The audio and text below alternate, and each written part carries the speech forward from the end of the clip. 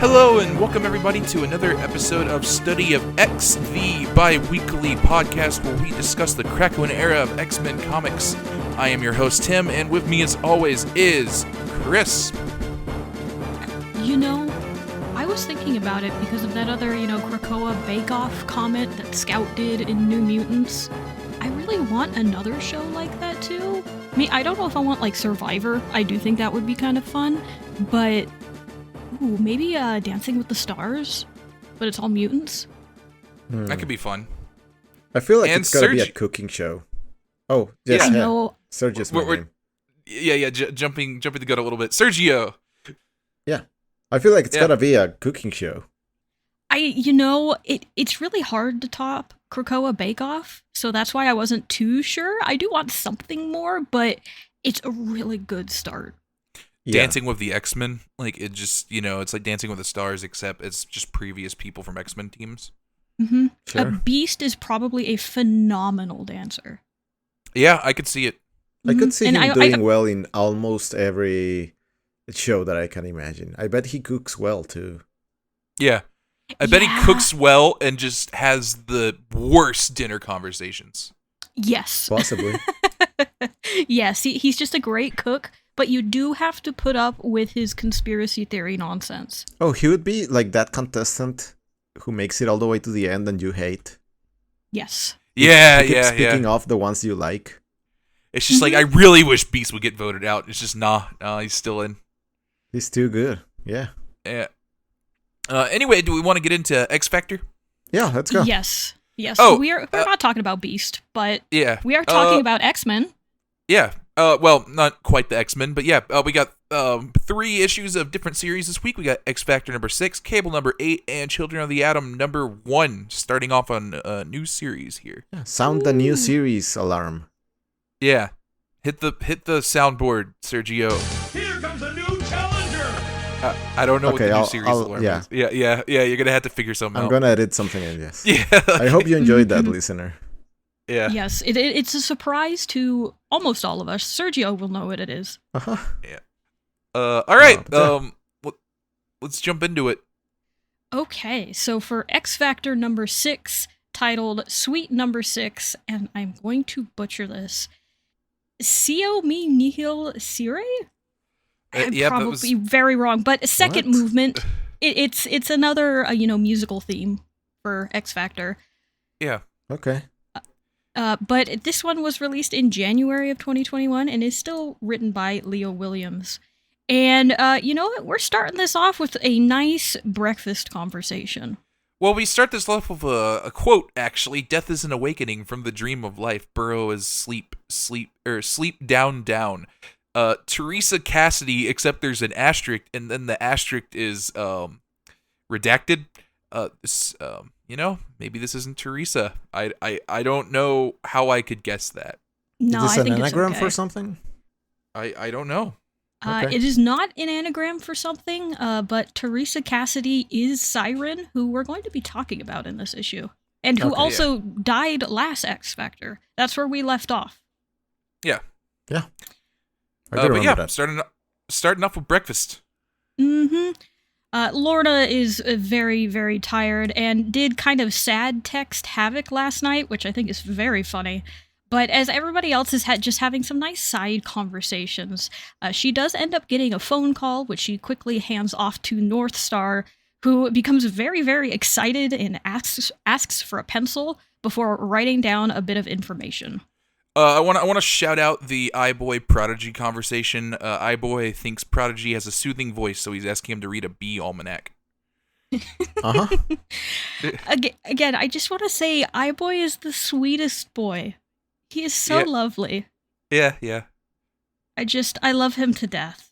And also, shout-outs to Aurora, who is on her laptop, and she is actually on a Marvel.com article about Hulkling. So I don't know entirely what she's looking up, but she is reading something about him. Oh, yeah, good for her. Northstar writes something down. We got coordinates. We're gonna go see what it is. It's a body. It's a body, and perhaps revealed in the best way possible, with everybody holding up the tarp and going, ugh, not again. Yeah. It's been a week. Teresa Cassidy has jumped to her death again. Seemingly. Last time we saw her, she had fallen to death. To clarify her powers, she does have the ability to fly. So her falling to her death is just very weird. And according to everybody here for X Factor, she didn't really explain what happened and instead brushed everybody off. She was resurrected a couple days later, and now she's dead again. Yeah. Yeah. We're in the UK. We get a little collection here of various police characters. I think they're all pretty fun. Mm-hmm. You have the technician who's just trying to do their job. You have the detective who is just kind of going through the ropes, but is fine. And then you have the gruff older gentleman who is definitely very openly racist. Yeah. His name is Theo. Mm-hmm. And he says very mean things about iBoy, and I'm not okay with that, because iBoy is incredible. He can see little tiny secrets. He can see at the microscopic level with his abilities. Yeah. The forensics technician very much trying to do her job. Dakin and iBoy are just really know what they're doing a little bit more here. Mm-hmm. We don't really need samples. No. And thankfully, the technician is taken out of commission once Sweet Baby runs up and throws up in front of them and they pass out, which is good because iBoy was just trying to be nice and saying, hey, I can see what's on her. I just need to know what DNA samples look like and I can tell you if they're there. Yeah. And we have a bit of confirmation of just a couple of things. Dakin saying she smells like cough medicine and cheap American chocolate. And nobody really saw anything or exactly what happened to her. There is also a large amount of Krakoan in this issue, and I sat and I translated all of it. There's a lot on this page right here as Prodigy is holding his little iPad up. And I'm going to tell you what it says. Wow, and I'm gonna warn you, it is not important. Okay. Well, that's good to know. So I'm gonna start from the top, and this is all in Krakoan. It says Krakoan search engine, honeydew honey, hollyhock pollen honey, chalk, upload to boneyard servers, and then something at the bottom that is cut off that says David's INTE, and then the last two are cut off. It's either an F or an A, and I'm not sure. But it's something to do with David. Okay. Yeah. Standard iPad stuff.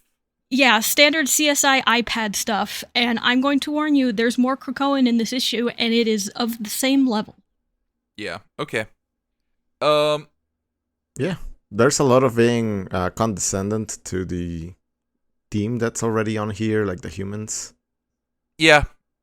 I think it does a pretty good job of showing like X Factor is very efficient at what they do here. Mm-hmm. They've put together a surprisingly very well-rounded team for investigations. Yeah, like detective-wise, they have this on lock. There's a little bit of angst kind of brewing here. Polaris is very mad about Siren falling to her death twice. She thinks there's something going on. Northstar suggests, like, hey, she's probably just lying to protect you. That's probably what's happening here. But once Polaris walks off, Dakin says, how much do you actually believe that? And Northstar's like, I don't. I was lying to make her feel better. Yeah, this is, there's some weird stuff going on here. And Northstar does say, like, hey, I want to believe I'm wrong, and I'm just being cynical, but, like, just check it out and try to prove me wrong. Yeah, I don't know. It's the interaction here, I like this team. I like seeing them interact with each other. Yeah, I feel like the interactions between the team members is probably the best thing about this issue and this series in general. Like the opening scene with the intersecting conversations during breakfast is very endearing. And yeah, they're all good working together. Yeah.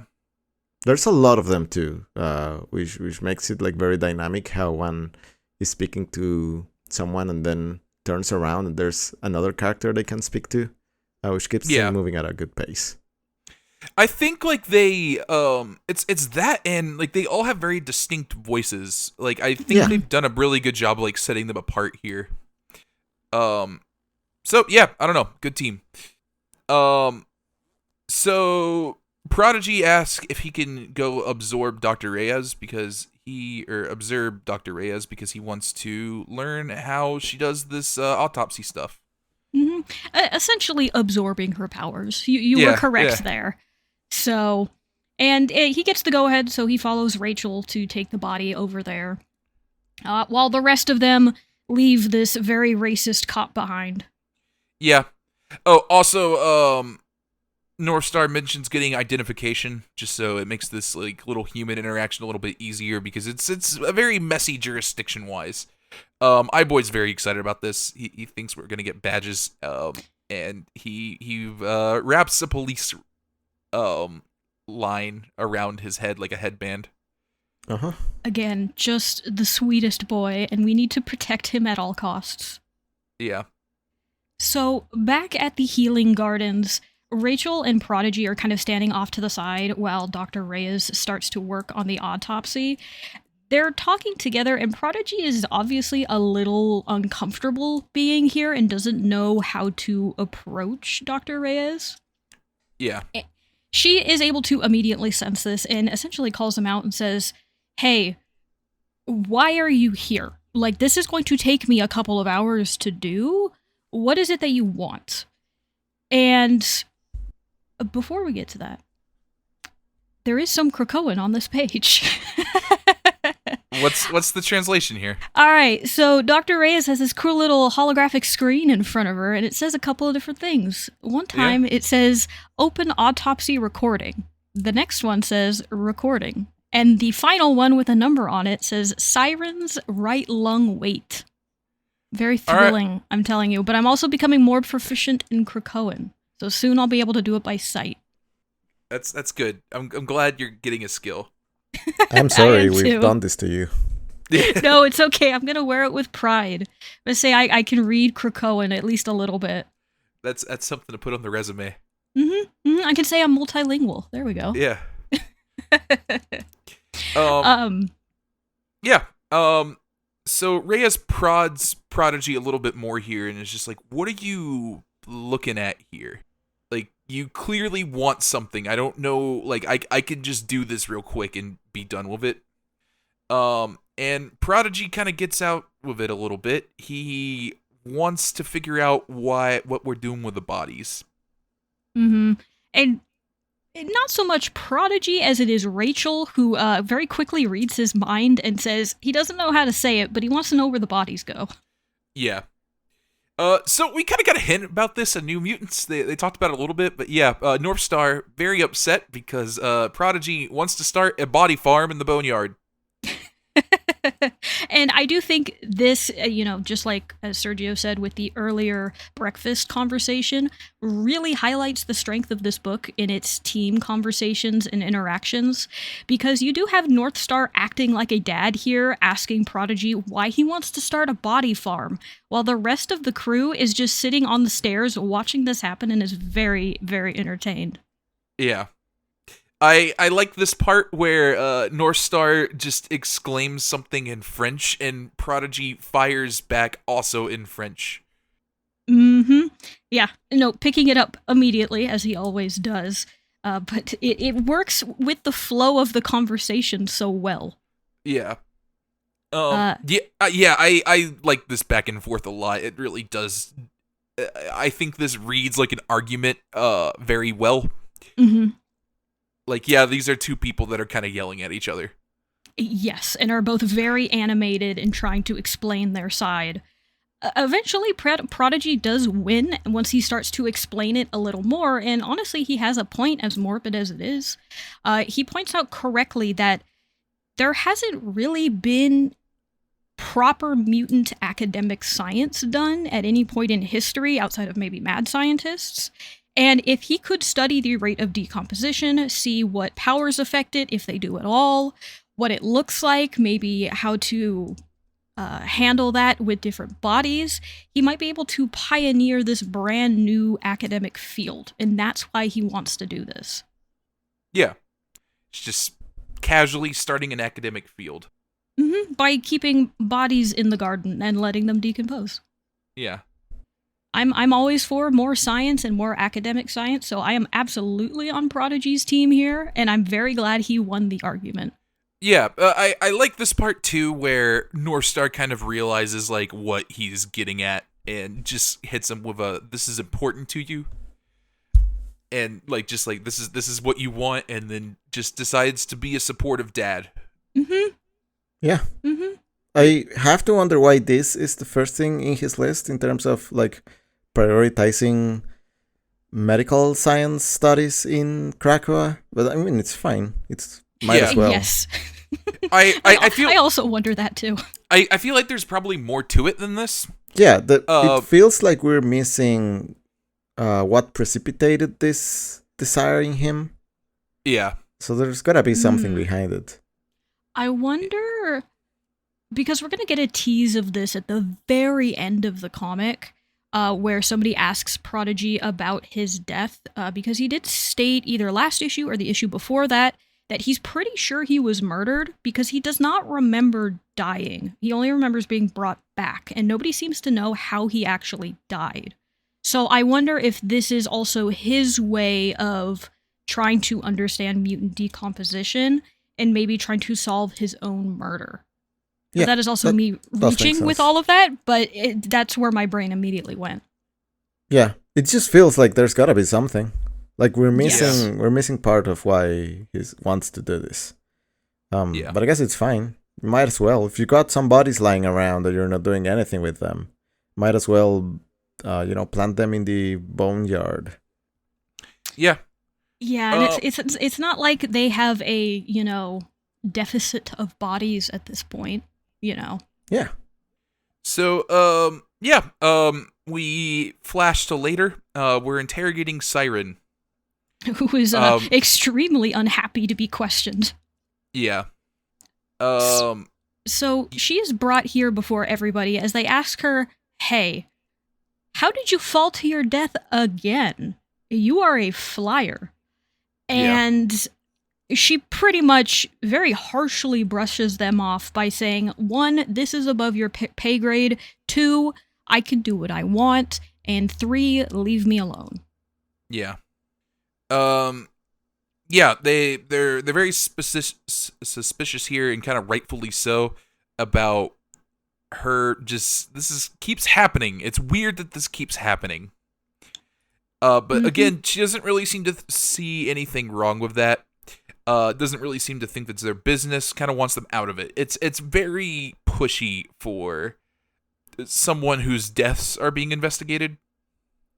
Yeah. Yes, especially if they don't remember their deaths, which, as she says, she only remembers, I believe, 2 days prior to her dying a second time, so she doesn't even know what led up to it for herself.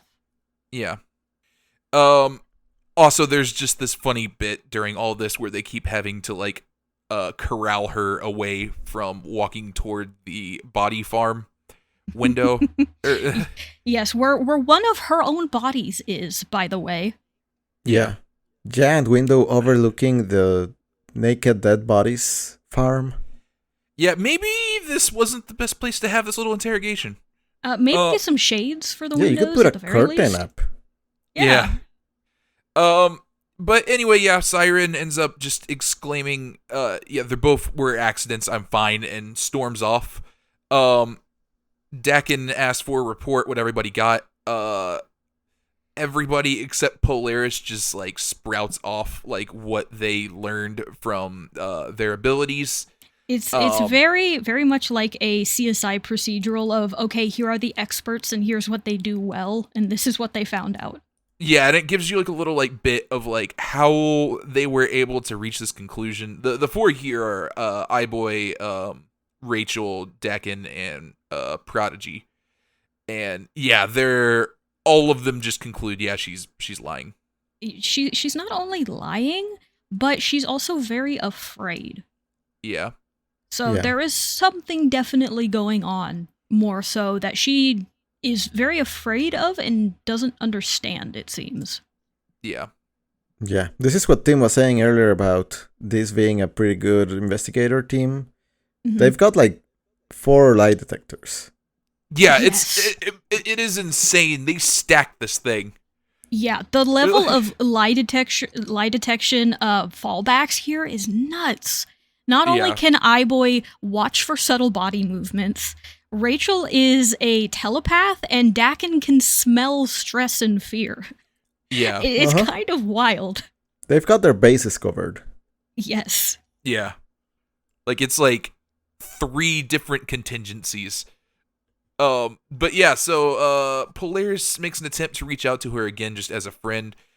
Siren just fires back like, just worry about the resurrection protocols. You're not really a hero. Leave that to the big guns. And Polaris powers up, saying she is a big gun. As the daughter of Magneto should. Yeah. So Polaris is going to mention something here, and it's a little bit hinted at earlier when she was, talking about how on the beach, how Siren wasn't talking to her, and she kind of took that personally.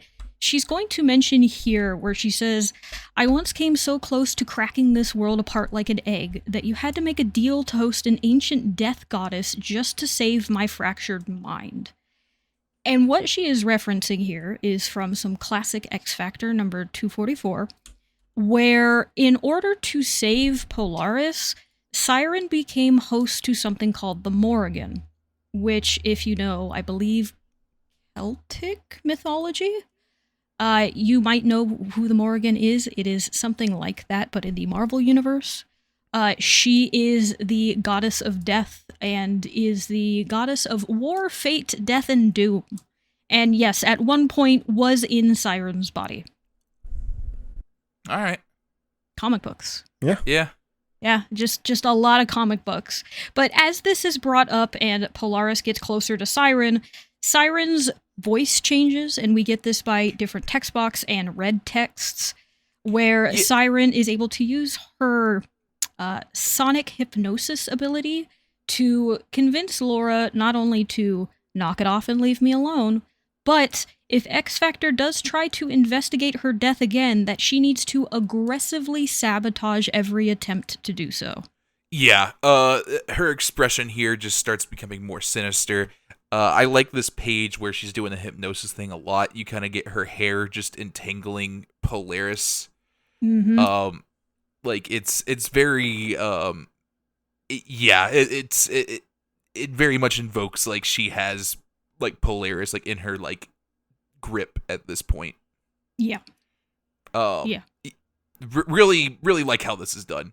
But yeah, Polaris seems hypnotized, and Siren walks off, or not Siren walks off, just saying good girl. Mm-hmm. And in the sky, there's a bunch of crows and different kinds of birds making the sign of the Morrigan, which should give you a little bit of a hint. I will say I did not get that hint when I first read this, and it wasn't until I really looked into it that I was like, oh, that's what that means. This feels like a deep cut. If you've read X Factor before, you likely very much knew what this was right away. But if you're new into this, it's pretty unclear. Yeah. Yeah, I thought there were only birds. Yeah, evil birds. Same. They do look very evil. Anyway, we end this issue off in a little text conversation here between Sophia, Wind Dancer, the person that they investigated earlier on, and David. Mm-hmm. They're talking about David thinking he died, or Prodigy thinking he died. Yes, and he says he's pretty sure he got murdered, but isn't really sure. He thinks he died around the same time as Loa and Rain, but is a little confused. And just also some clarification on this as well. As of this comic, when it came out, there was nothing saying that Prodigy died other than him thinking that he did. Yeah. So we never saw a death. Nobody ever referenced a death. This is something brand new and really a mystery. And the individual that they're talking about here, Tommy, is Speed, who is Wiccan's brother, also the son of the Scarlet Witch. He, Wind Dancer, and Prodigy were all on... Tim, help me out here. What team were they on?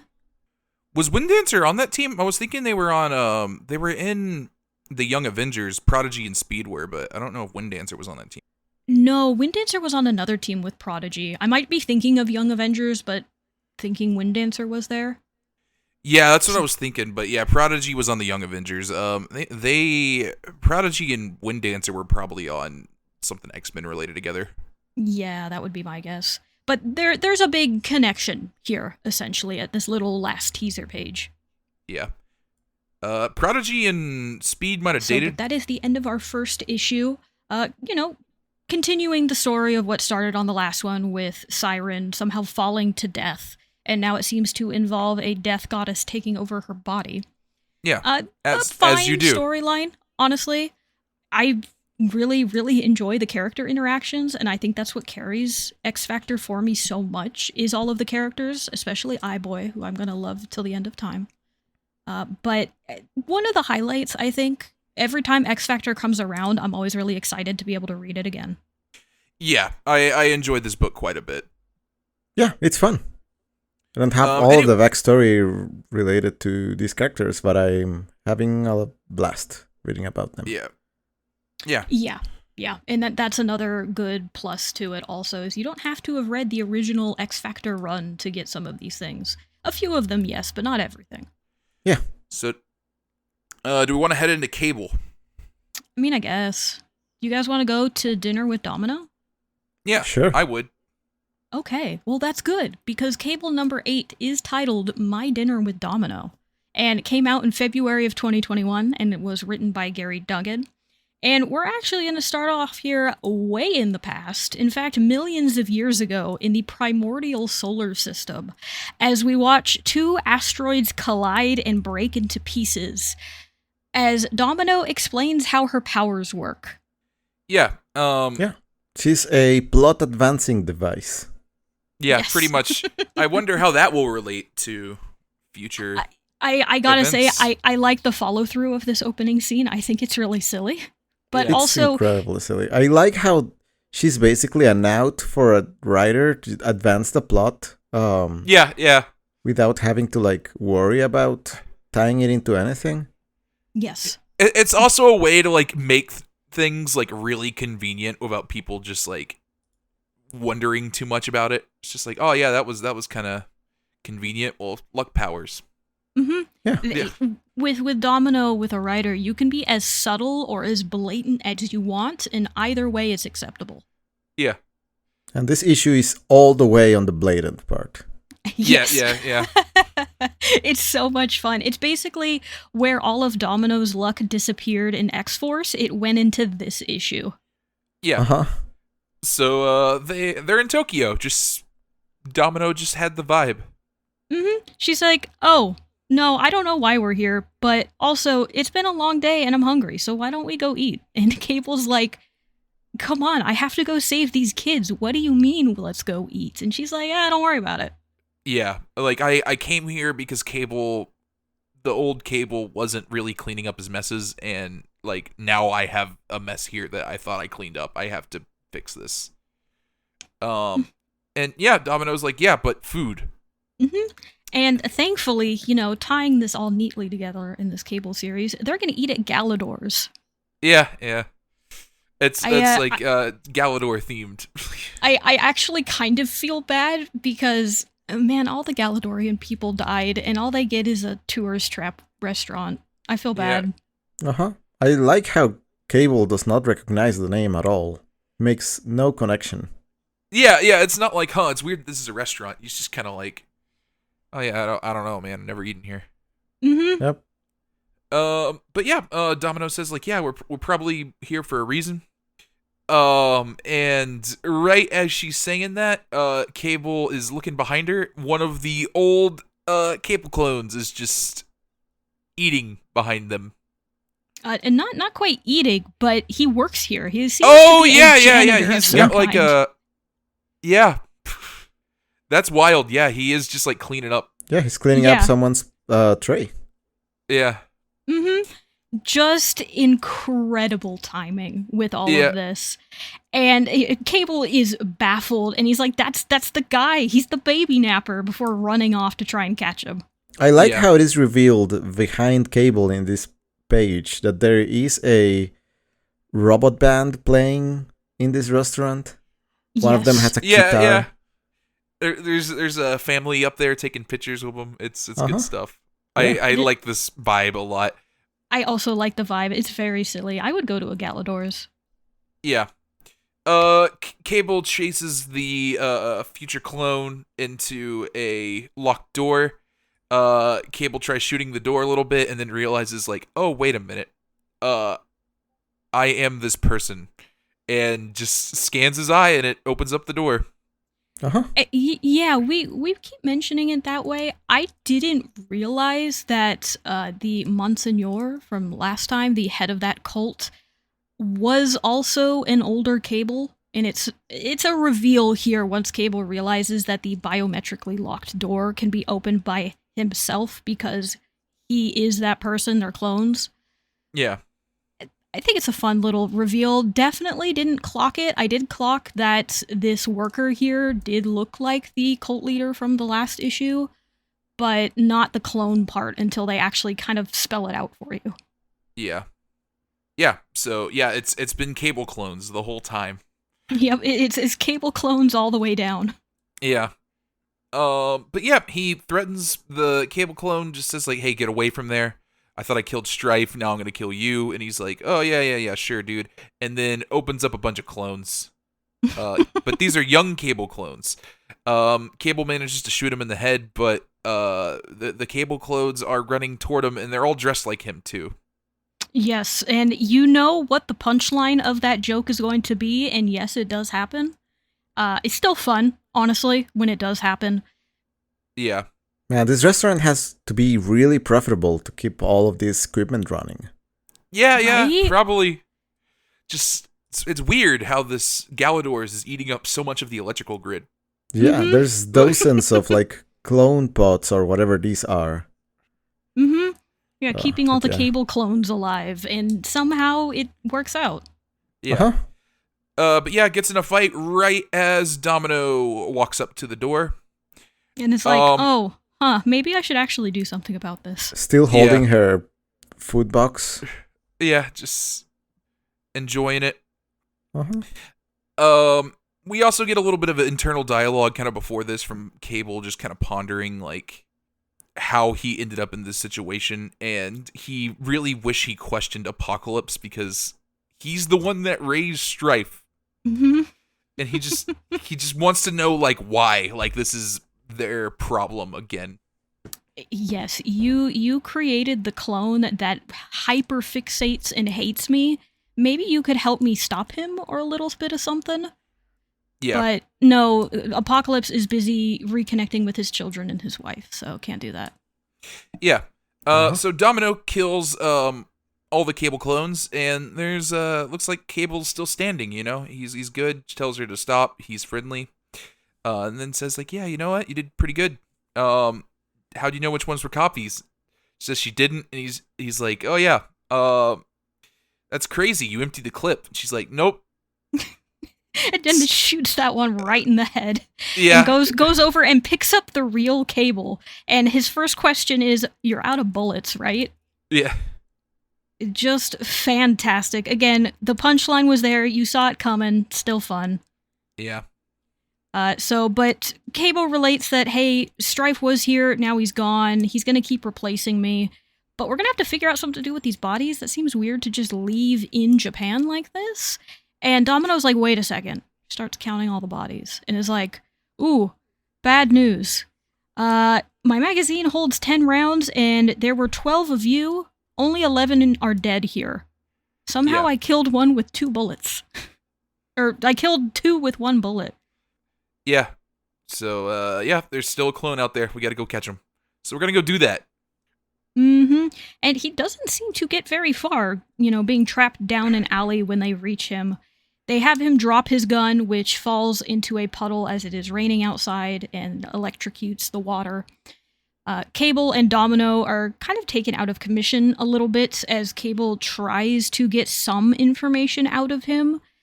Since the Monsignor older Cable is now dead again, this is the only one that may know what Strife is up to. And this young Cable says, Yeah, I don't really know where the babies are, nor do I really care. But what I am gonna do is kill you, kill Domino, and then walk into Krakoa. Yep.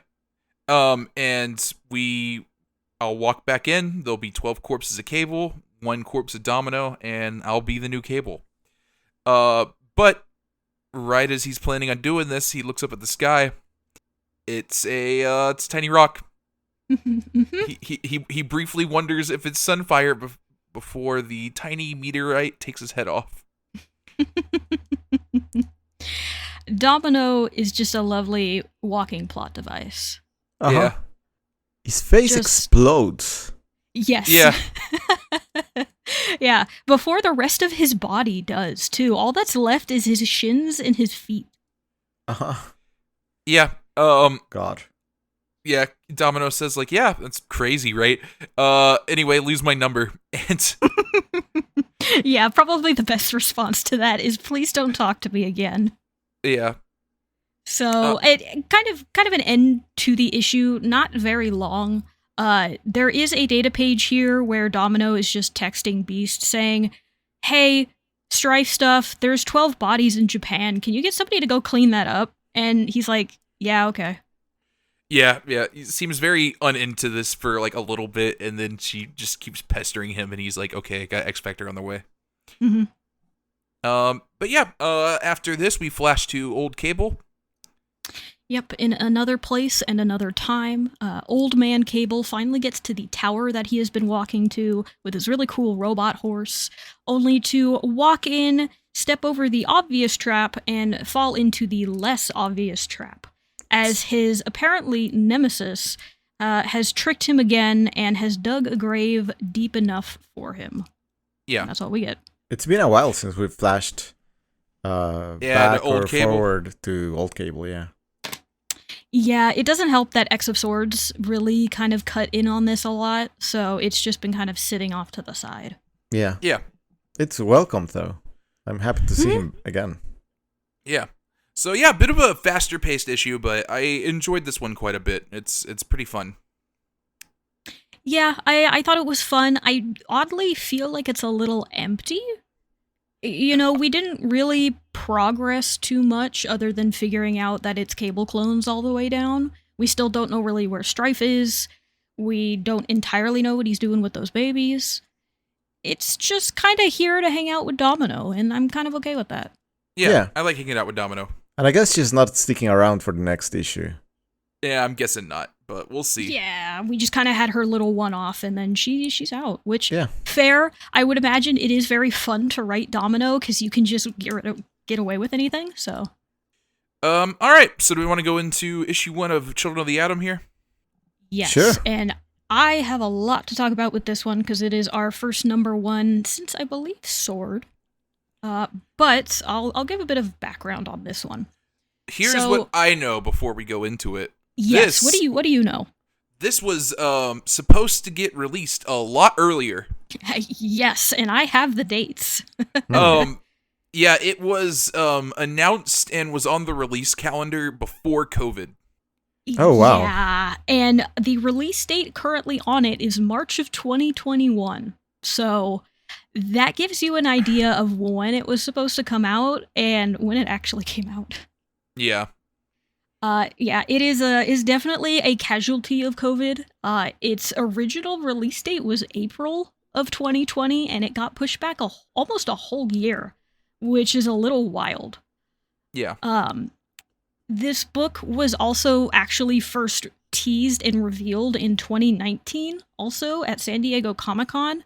Apparently, when San Diego Comic-Con took place in 2019, this was about a week before House of X even came out.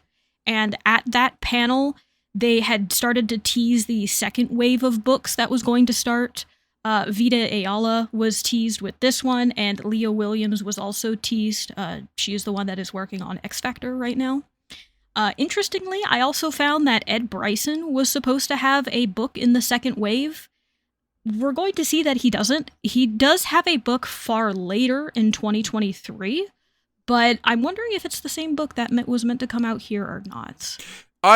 Knowing what that book is, I'm going to say it was not. I think just stuff didn't work out with Ed there. Yeah, I'm wondering that too. So it'll be curious to get back. But when we see his name again in quite a while, uh, that's where he popped back up. Yeah. So do you know anything else about this book, Tim? No, it's Vita again. It is Vita again. Very good to see them again. And we actually have something a little interesting in regards to this book, especially because it had such a long delay since when it was originally going to come out and then when it did actually come out. And you can see that a little bit by the change in its solicits and also what we're going to read. So let me read to you what the Marvel solicit for this was. It says, "Now, don't miss the debut of the greatest teenage superhero team of all time. They've learned from the best, now they're ready to be put to the test. But who the heck are these kids, and where did they come from? Guest starring the X-Men." Okay. And there's a little bit more in there where Ayala is questioned and has a couple of answers. And they say, what if the X-Men had sidekicks? My take on it became, what would actual kids from our current time be like if they were X-Men sidekicks? What would Gen Z X-Men be like? So keep that in mind as we're going to discuss this issue. And there's another quote kind of a little later. This is post-COVID when the book is starting to get more press again because it is actually coming out. And Ayala again says, "What makes the new cast special to me is that they are reflective of a lot of people I know who look up to what the X-Men stand for and have taken it upon themselves to further those ideals. These kids are exactly the kids who, in real life, have posters of Storm and Wolverine in their rooms, who grew up seeing them as heroes and want to live up to that." Yeah.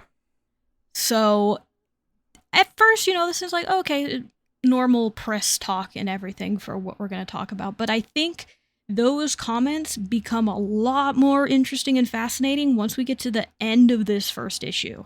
Yeah, I would agree with that. Yeah, let's go into it a bit. Let's talk about the Hell's Bells. Yes.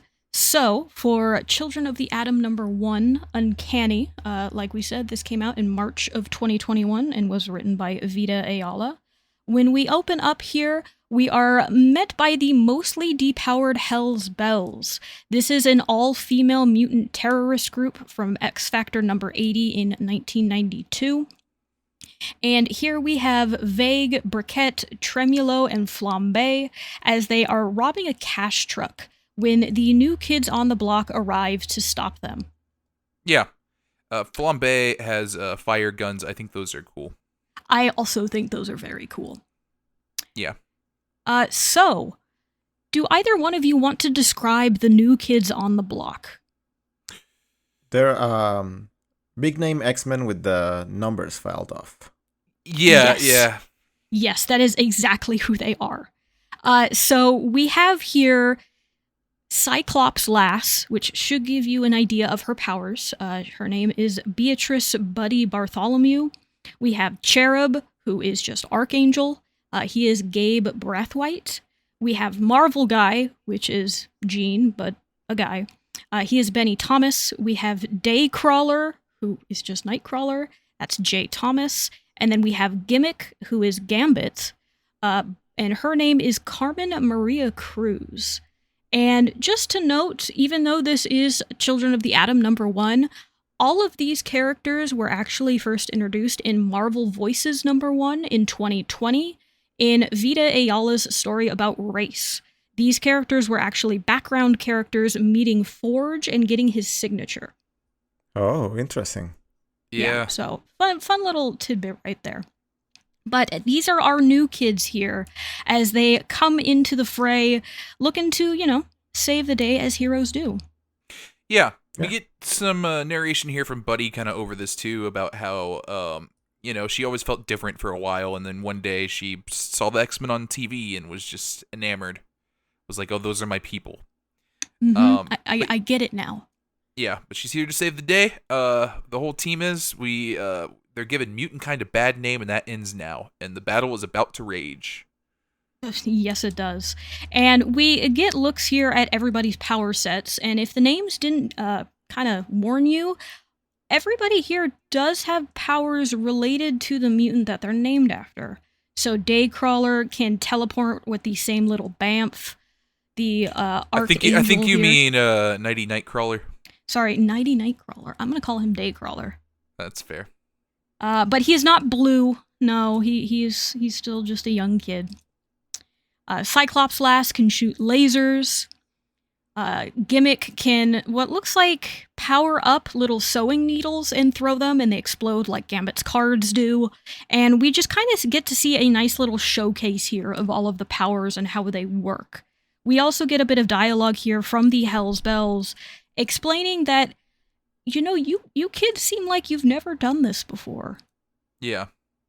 And they're also a little bit frustrated. They're upset. These kids have their powers. They lost theirs. Yeah. Yeah, I really like this fight. It's only just a battle. Takes several pages, but it moves well, and I like how it shows off everyone's powers and like their interaction. Yeah. Mm-hmm. That's a good job. Yeah.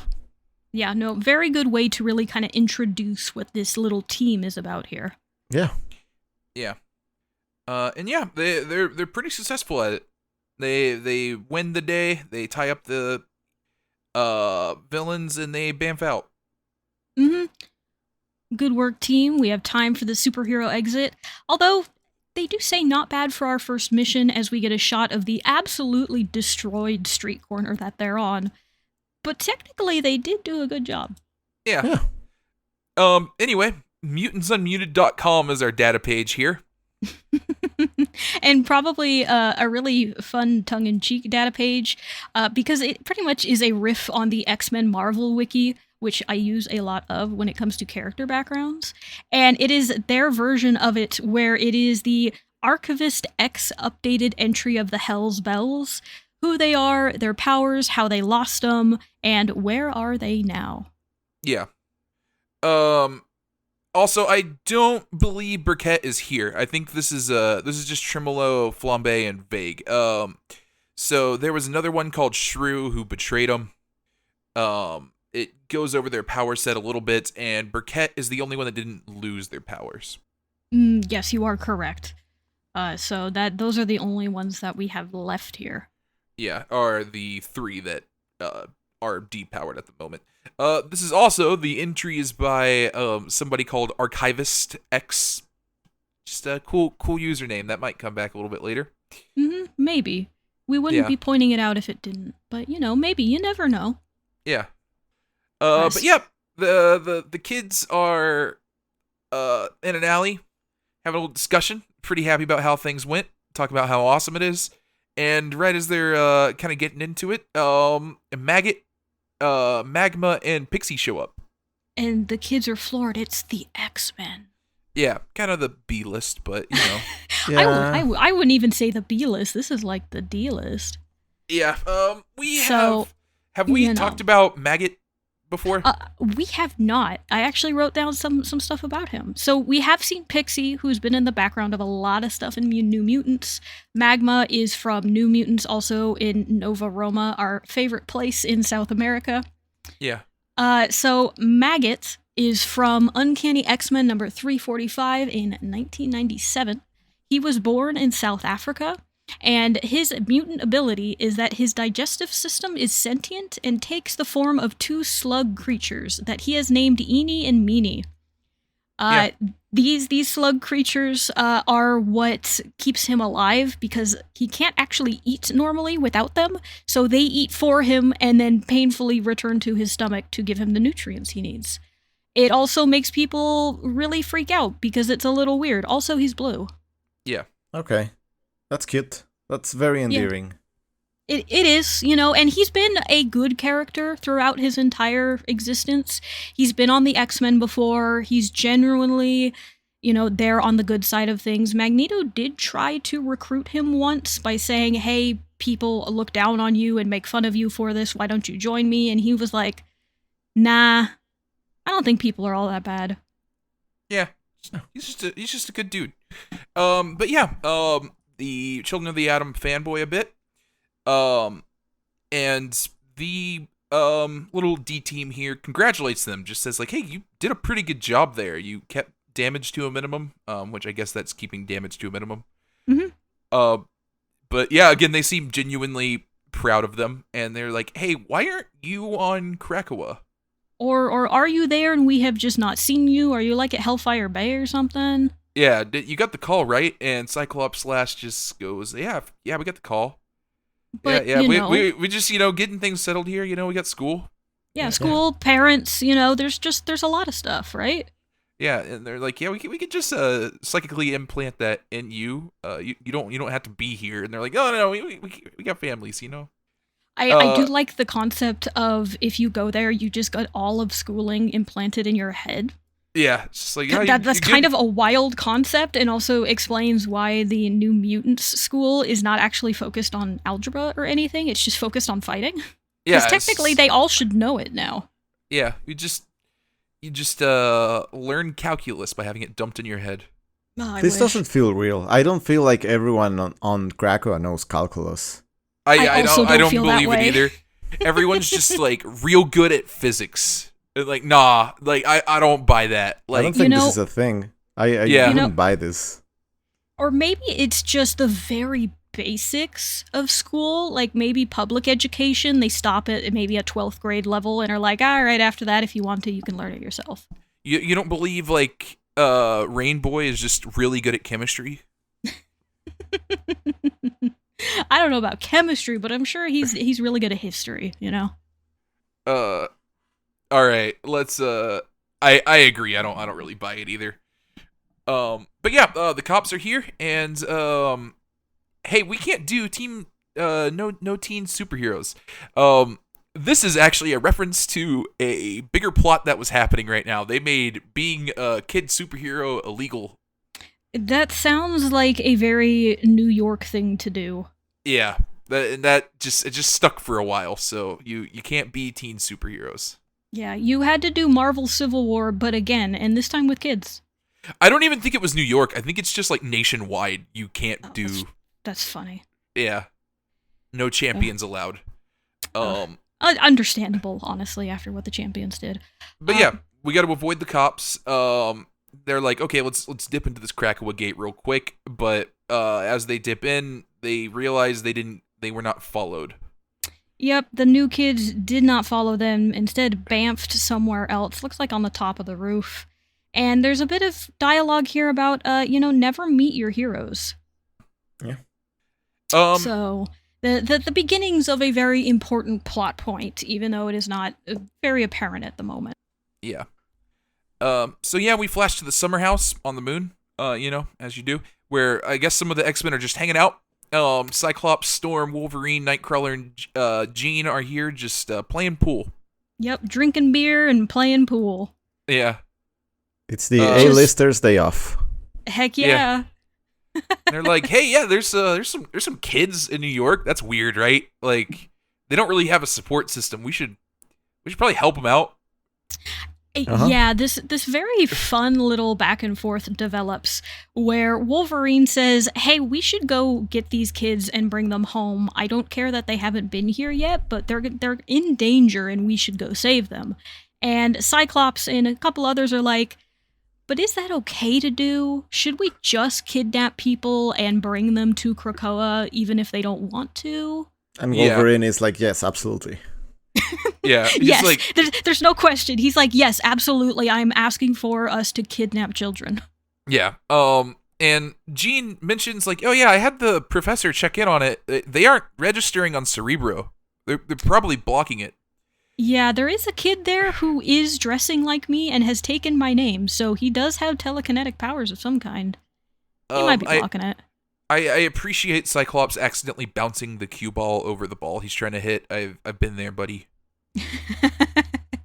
Hey, Cyclops is good at a few things, and pool is not one of them.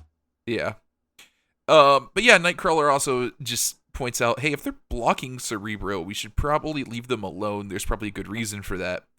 But yeah, Wolverine just is very adamant we need to go help these kids. Yes, especially if Cerebro is not backing them up. That means if they die for real. Yeah. And that's not good. Even Storm finally pokes her head in with this and is like, you know what? Wolverine's right. If they get hurt, they won't be resurrected. I'm not willing to take that chance with kids. Yeah. And Jean just says, like, we're not going to go take them. We're just going to go talk. They're probably not hard to find. Like, they're in New York. We kind of know the city. So yeah, let's just go in and have a conversation. Mm-hmm. She basically steps in and talks down her husband and is like, hey, stop being an idiot. We're gonna go halfway and at least chat with the kids. Yeah. And yeah, Storm also correctly clocks, like, hey, they very clearly like X-Men, so I'm Yes, sure they'll they be receptive seem to to be us big having fans. a conversation. Yeah. Wolverine says, So like, yeah, let Wolverine me have this buzz does go down. actually I'll go volunteer to go talk him. to the Storm's kids, like, no, I and got that's it. where Storm says, no. We're not going to send the angry, drunk Canadian to go talk to these children. Yeah. And, hello. Who was that? Was that me or you? Hello? I'm back. I'm also back. Okay, Great. that was weird. Was that everybody? Yes. Okay. Yeah. But yeah, Storm seems like she's gonna go check this thing out, and we flash back to the not back to, but to the Corbu Preparatory High School. Preparatory Sure. high school. Preparatory, whatever. Yep, and I'm gonna be entirely honest here. Oh. High school plots don't do it for me. I have tried, but the older I get, the more I just don't care for them that much anymore. I am very much gonna try and have this be an open mind for me. But I'm just gonna put it out there. I am already coming at this from a more negative angle. Okay. It's fine. We're sitting in the basketball stands.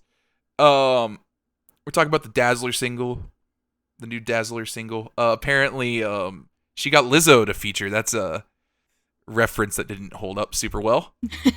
No, it didn't. We should also mention that the two we're looking at here is Gimmick and Cyclops Lass outside of their costume. They are high school students here and are, talking about doing this, going to Dazzler's concert, when the class bully makes his voice known and essentially says, what do you mean you're going to go hang out with the mutants and go see a mutant concert? Don't you know you can catch being a mutant? Yeah, you're going to go hang out with you're going to go catch the mutant.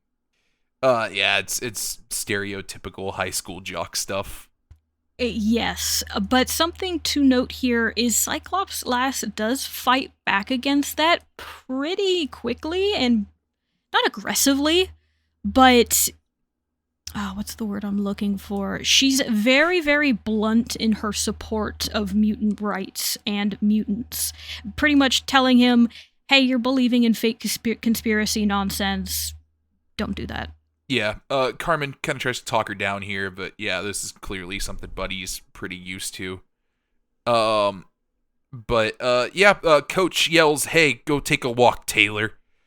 Very, very good, school bully name. Sorry to all Taylors out there. Yeah. We go back to talking about paying for the concert. And Buddy's asking her if she's making anything cool for it. Apparently, Gimmick makes clothes. Guess that's what the whole sewing needle thing is. Yes, and has made the costumes for pretty much everyone on the team, it seems. Yeah. Pretty high quality costumes. Yeah. Yes, very, very well done. I gotta say, she's got skill. And also we learn here, in a little back and forth dialogue, Buddy is actually Activist X. Yes, and has been updating Mutant Wiki. Yeah. Archivist X, yeah. She's just writing the Mutant Wiki. So, we've been saying it a lot, but big mutant fans. Very big. Yeah.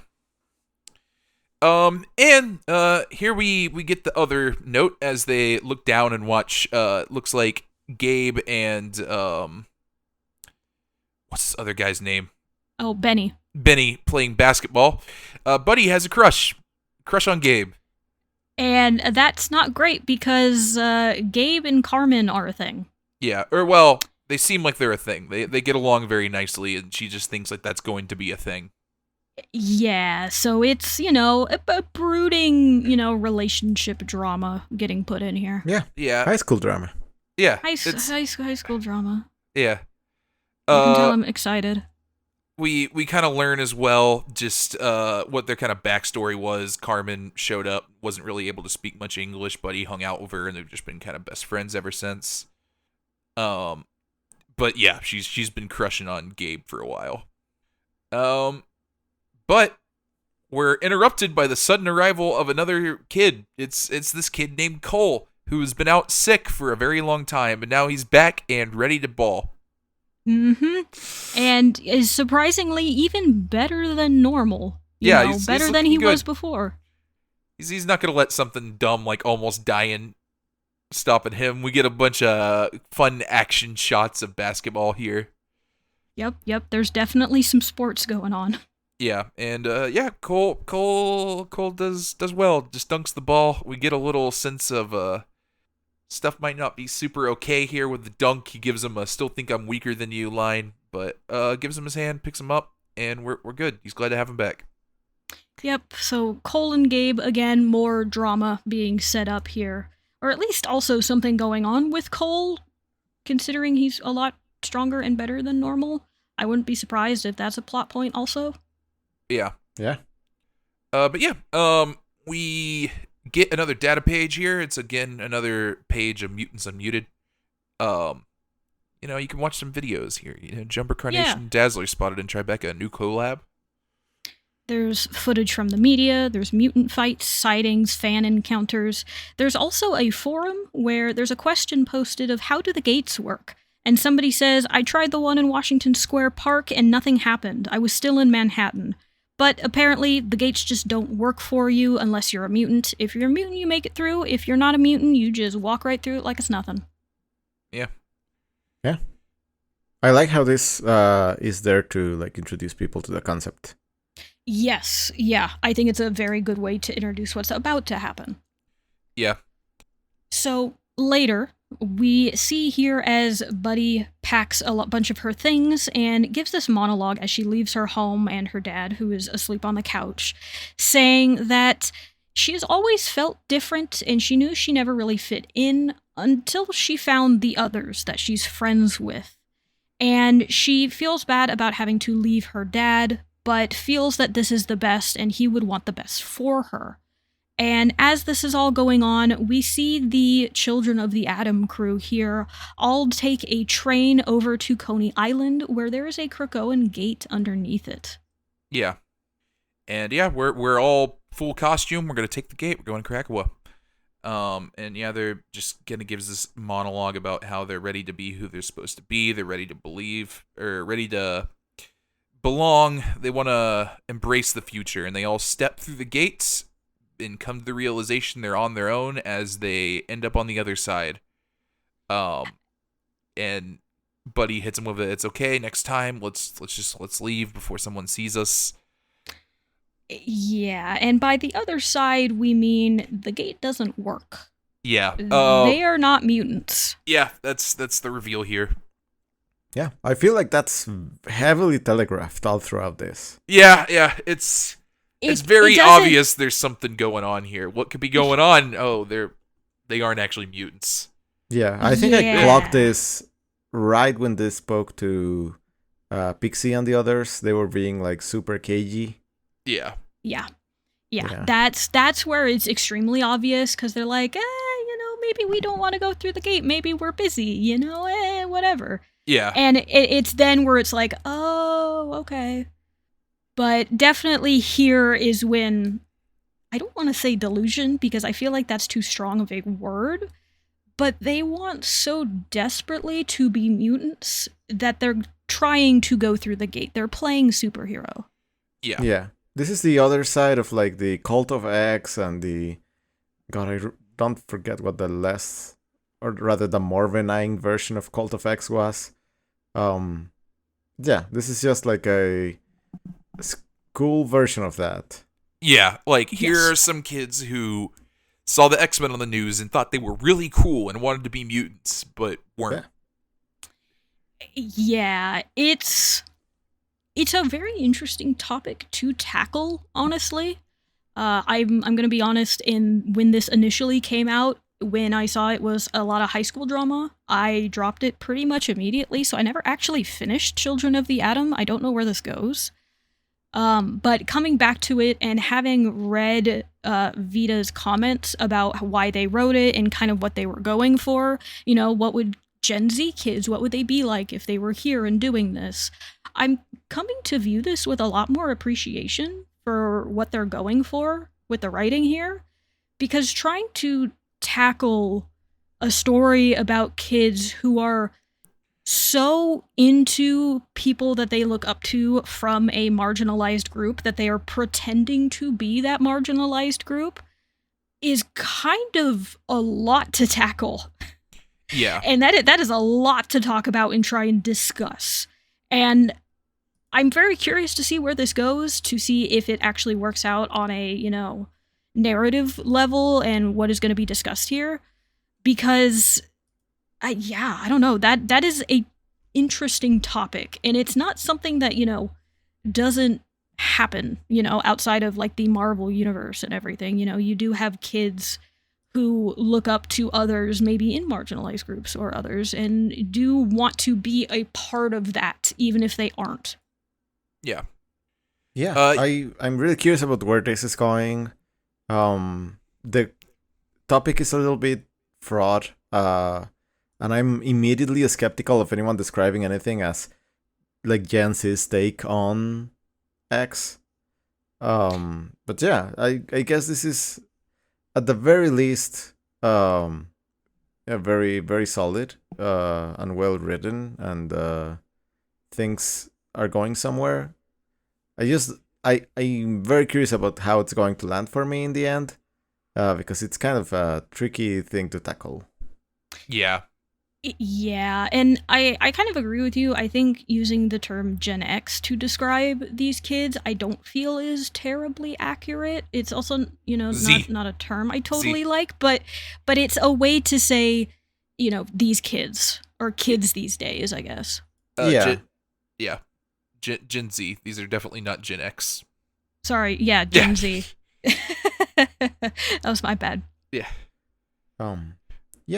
I think before you mentioned the Gen Z thing, I was a lot more positive on what I had read, but at least a bit more optimistic on where this was going. But yeah, I'll guess I'll see how it turns out. Yeah. I'm interested to read this one again. It feels, I think, the most un-Krakoa of a lot of the other books we've read. Just in terms of like it's not really set there, but I'm interested. This is kind of a corner of the universe that makes sense to have propped up from Krakoa. So I'm interested to see where this goes. But yeah. This definitely feels like a spin-off. Yes. Yes, I would agree with that. This is also something I wish they would do with other parts of what has popped up from Krakoa, like the Cult of X. We've seen a little bit in X-Force, we saw a little bit in Cable, but not too much focusing on them and what that actually is, But I am glad that we're at least covering a little bit of a different topic that is Krakoa related. Yeah. Yeah. So, next time we are not discussing an X-Men book. It's time for an event. Yay! Oh, let's go! It's time for King in Black. This. Yeah, it's King in Black time. We're reading the issues 1 through 5 of King in Black, which would be the whole event. And yeah, we'll discuss that then. It's a Venom event. I hope you guys are ready for Venom. I am so excited. Yeah, I haven't looked into this at all. Yeah. This is the first time I'm hearing about this being a Venom thing. Yeah, it's Venom. Universal scale Venom. Sure. Yes, it's gonna be so much fun, and it's also kind of fun that this is going to be our first episode of the new year, so that'll be really fun. Yeah, we're gonna ring in 2025 with some Venom. This is Yes, featuring one does. this is featuring the villain who is the villain of the most recent Venom movie, actually. Yes, okay. which I believe, Tim, you saw. Does it do a good adaptation of that or not really? It's complicated. Ah, okay, okay. I see that as code word for not really. Okay. It's weirdly accurate Oh. comic wise. Okay. I'm very curious to see if there is something that shows up in it, but I will ask you next episode when we do talk about King in Black, because there's a couple things I know about that event, and one of them I think is the coolest thing ever because it's really dumb. Yeah. We'll talk about it a little bit more. I'm so excited. I can't wait to talk about Venom and Spider-Man and everything. Yeah. But yeah, we'll get to that next time. Anyway, yeah, that's our issue. Do we want to do some plugs? I suppose. I guess we do. You know, if you want to follow this podcast on social media, maybe you want to see what our reading order is, or some of the images we post of the comics that we read here, you can follow us on social media. You can follow us on X, also known as Twitter, also known as a bit of a dumpster fire. You can follow us on Blue Sky and on Tumblr. On all of those, we are known as Study of X. And we post on all of them except for Blue Sky, which still needs its draft feature, and it's getting there. If you are looking to send in a comment, question, your favorite joke, maybe your favorite Venom comic, and you would like to let us know what that is, you can send us an email at studyofx@gmail.com, and we will make Tim read it here on the air. I will do that. And if you are looking to follow us individually, you can find me at Sonics, that is SAWNEEKS on Blue Sky. As I have been for a while now, I've just been posting things about Warhammer, specifically Age of Sigmar, because that has taken over my entire life, and I'm having a great time with it. And Sergio, if they are looking for you to let you know about their new idea for a midday night crawler or perhaps a evening crawler, where can they find you to let you know about it? Oh, having dinner right now at Galador's. Okay, so can they meet you there? Yeah, there was a bit of a scuffle earlier, but I think things have died down. Lights were flickering for some reason, but yeah, we're good. Oh, well, okay. At least the power stayed on. I think that's good. Yeah, they gave us free gyozas. Ooh, For the that's always trouble. nice. Yeah. Okay. Yeah, great service. And Tim, if they are looking for you to let you know about the grand opening of the body farm that is outside of the boneyard and is open to the public, where can they let you know about this? I'm a little busy right now, just family, school, just don't look for me. Don't look for me on Cerebro. Okay. Did you at least hear the call going out about it? Yeah, I heard the call.